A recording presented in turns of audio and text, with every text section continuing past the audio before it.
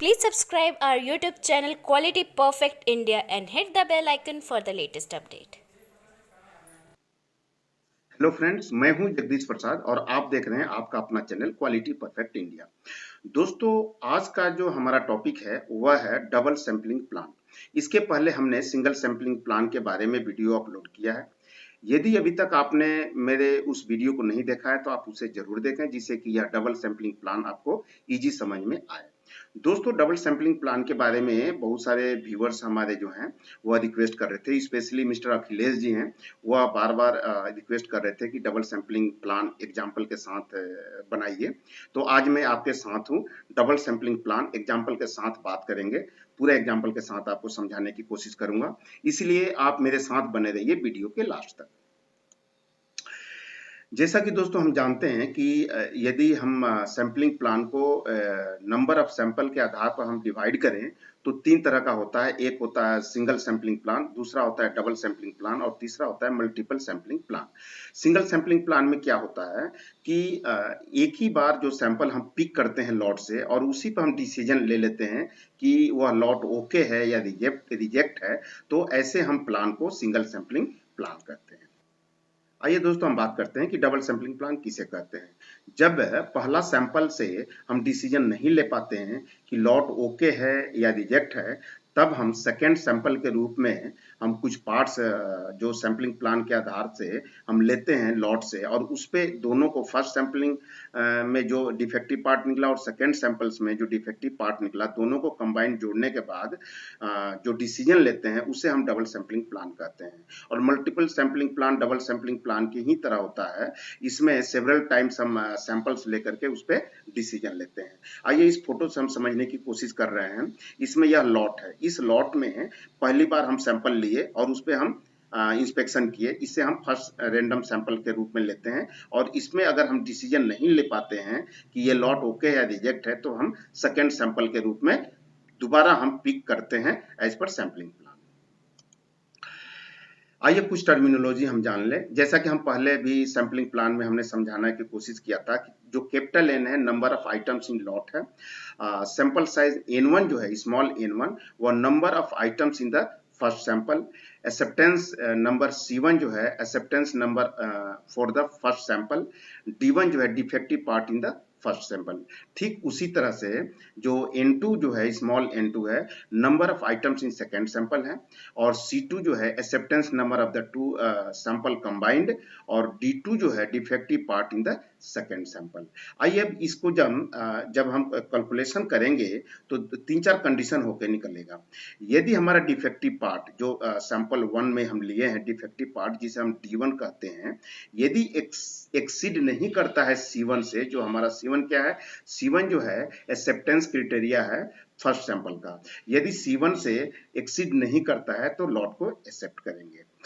यदि हमारा defective part D1 है, एक्सीड कर जाता है C2 से जो मैक्सिमम एक्सेप्टेंस क्राइटेरिया है, तो लॉट को रिजेक्ट करेंगे। If the number of defective part D1 जो है greater than C1 but less और equal to C2, take the second sample of D2 parts. यानी कि जब हमारा जो डिफेक्टिव पार्ट D1 जो है C1 से ज्यादा है लेकिन C2 से कम आता है, यानी कि तब हम क्या करेंगे, सेकेंड सैंपल यानी N2 की तरफ हम जाएंगे और सेकेंड डबल सैंपलिंग प्लान के रूप में हम एक्शन लेंगे।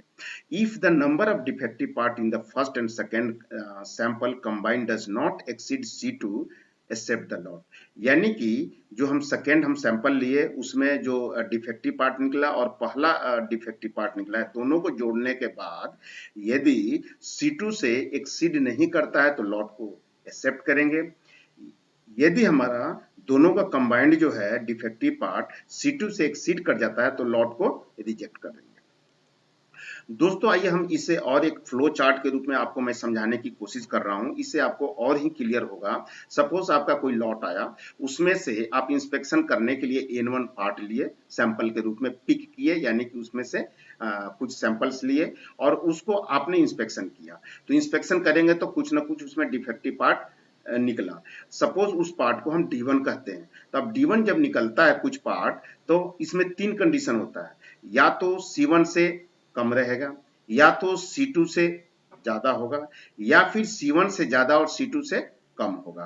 तो आइए एक एक करके समझने की कोशिश करते हैं। यदि हमारा D1 यानी डिफेक्टिव पार्ट जो सैंपल 1 से लिए हैं, यदि C1 से एक्सीड नहीं करता है तो लॉट को वहीं पे एक्सेप्ट कर लेंगे। सेकेंड डबल सैंपलिंग के बारे में आगे नहीं जाएंगे, यहीं पे हमारा ओके हो जाता है। लेकिन यदि हमारा जो D1 जो है C1 से ज्यादा लेकिन C2 से कम है, फिर हम उसे डबल सैंपलिंग की ओर जाएंगे और हम फिर दोबारा उसमें हम N2 पार्ट लेंगे और N2 पार्ट के लेने के बाद उसमें से भी कुछ डिफेक्टिव निकलेगा और पहला डिफेक्टिव और दूसरा डिफेक्टिव को ऐड करेंगे और इस पर हम डिसीजन लेते हैं। यदि हमारा जो टोटल दोनों D1 और D2 का ऐड करने के बाद यदि C2 से एक्सीड नहीं करता है तो एक्सेप्ट कर लेंगे। यदि C2 से अगर हमारा जो डिफेक्टिव पार्ट दोनों का है वो एक्सीड कर जाता है तो लॉट को रिजेक्ट करेंगे। यदि हमारा और तीसरा यहाँ पे हम देखिए कि यदि D1 जो है अगर शुरू में ही अगर C2 से एक्सीड कर जाता है तो लॉट को रिजेक्ट कर देंगे, फिर हमें डबल सैंपलिंग की ओर जाने की जरूरत नहीं। आइए दोस्तों हम इसे एक एग्जांपल से समझने की कोशिश कर रहे हैं। Suppose capital N equal to 100 है, यानी कि एक लॉट आया 100 नंबर का। अब इसमें है N1 क्या होता है, N1 है पहला सैंपल का संख्या। अब यहाँ पे है N1 8 लेंगे और उस पे हम डिसीजन करेंगे। उसके बाद यदि हमारा इसमें से डिसीजन नहीं हो पाता है फिर N2 के रूप में दोबारा हम N8 नंबर लेंगे और उस पर डिसीजन करेंगे। C1 क्या है, यहाँ पर C1 का वैल्यू 1 दिया है यानी कि फर्स्ट सैंपल्स का एक्सेप्टेंस क्राइटेरिया है और C2 जो है यह टोटल दोनों का D1 और D2 मिलाने के बाद जो डिफेक्टिव पार्ट आएगा उसका ये एक्सेप्टेंस क्राइटेरिया है। आइए अब हम इसको एक एक करके समझते हैं। सपोज अगर हमारा पहला सैंपल में ही डिफेक्टिव D1 एक नंबर निकल गया, तो अब एक नंबर निकल गया तो हम इस लॉट को एक्सेप्ट करेंगे या रिजेक्ट करेंगे। तो यहाँ पे हम एक्सेप्ट करेंगे क्योंकि यहाँ पे एक्सेप्ट क्राइटेरिया जो है 1 है और यहाँ पर हमारा D1 यानी डिफेक्टिव पार्ट 1 आया है, इसलिए हम इसको एक्सेप्ट करेंगे।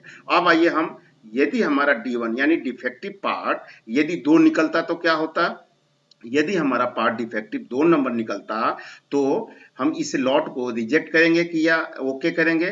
तो ना हम इसे रिजेक्ट करेंगे ना ही हम उसे ओके करेंगे, हम सेकेंड सैंपल की ओर जाएंगे। क्यों, क्योंकि D1 का वैल्यू जो है C1 से ज्यादा है लेकिन C2 से कम है। जैसा कि पहले भी एग्जांपल में हमने बताया यदि D1 का वैल्यू C1 से ज्यादा लेकिन C2 से कम हो तो हम सेकेंड सैंपल की ओर जाते हैं। तो फिर हम N2 सेकेंड सैंपल के रूप में हम पिक करेंगे और N2 का नंबर कितना होगा, 8 नंबर लिए और इस 8 नंबर में कुछ हमने 8 नंबर हमने इंस्पेक्शन किया और इसमें डिफेक्टिव पार्ट D2 जो है 1 नंबर निकल गया। तो अब हम जो डिसीजन करेंगे वो 1 नंबर से नहीं करेंगे, दोनों का यानी कि पहले वाला का और अभी का हम उसको ऐड करके करेंगे।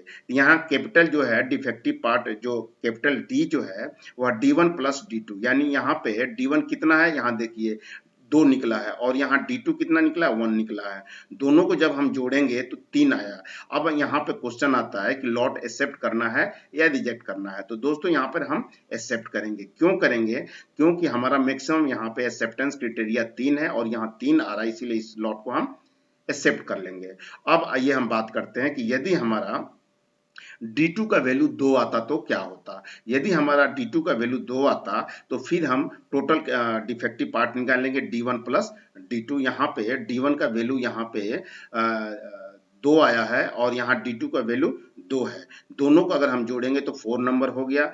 अब यहाँ क्वेश्चन आता है कि लॉट को हम रिजेक्ट करें या एक्सेप्ट करें। तो दोस्तों यहाँ पे रिजेक्ट कर देंगे। क्यों, क्योंकि यहाँ पर जो टोटल डिफेक्टिव पार्ट है वह C2 से एक्सीड कर रहा है, इसीलिए हम इस लॉट को हम रिजेक्ट करेंगे। तो दोस्तों इस एग्जांपल से हमें आशा है कि आपको क्लियर हो गया होगा कि डबल सैंपलिंग प्लान में किस तरह से हम सैंपल लेते हैं, किस तरह से डिफेक्टिव पार्ट निकालते हैं और उस डिफेक्टिव पार्ट में किस तरह से हम डिसीजन लेते हैं। आशा करता हूं कि आपका सारे कॉन्सेप्ट क्लियर हो गया होगा। फिर भी यदि आपको कोई किसी भी प्रकार का डाउट है तो आप कमेंट बॉक्स में जरूर लिखिए, मैं उसे रिजॉल्व करने की कोशिश करूंगा। तो दोस्तों एक छोटा सा वीडियो रहा, आशा करता हूं कि आपको यह वीडियो पसंद आया होगा। यदि हमारा यह वीडियो आपको पसंद आता है तो आप इसे लाइक करें, और यदि आप नए हैं हमारे चैनल पे तो इसे सब्सक्राइब करके बेल आइकन जरूर दबाएं, जिससे कि हमारे नए आने वाले वीडियो के बारे में आपको नोटिफिकेशन मिल जाए। और यदि हमारा यह वीडियो आपको पसंद आता है तो आप अपने दोस्तों के साथ इसे शेयर जरूर करें। इसी के साथ नेक्स्ट वीडियो तक आप सभी से इजाजत चाहता हूं। Thank you very much.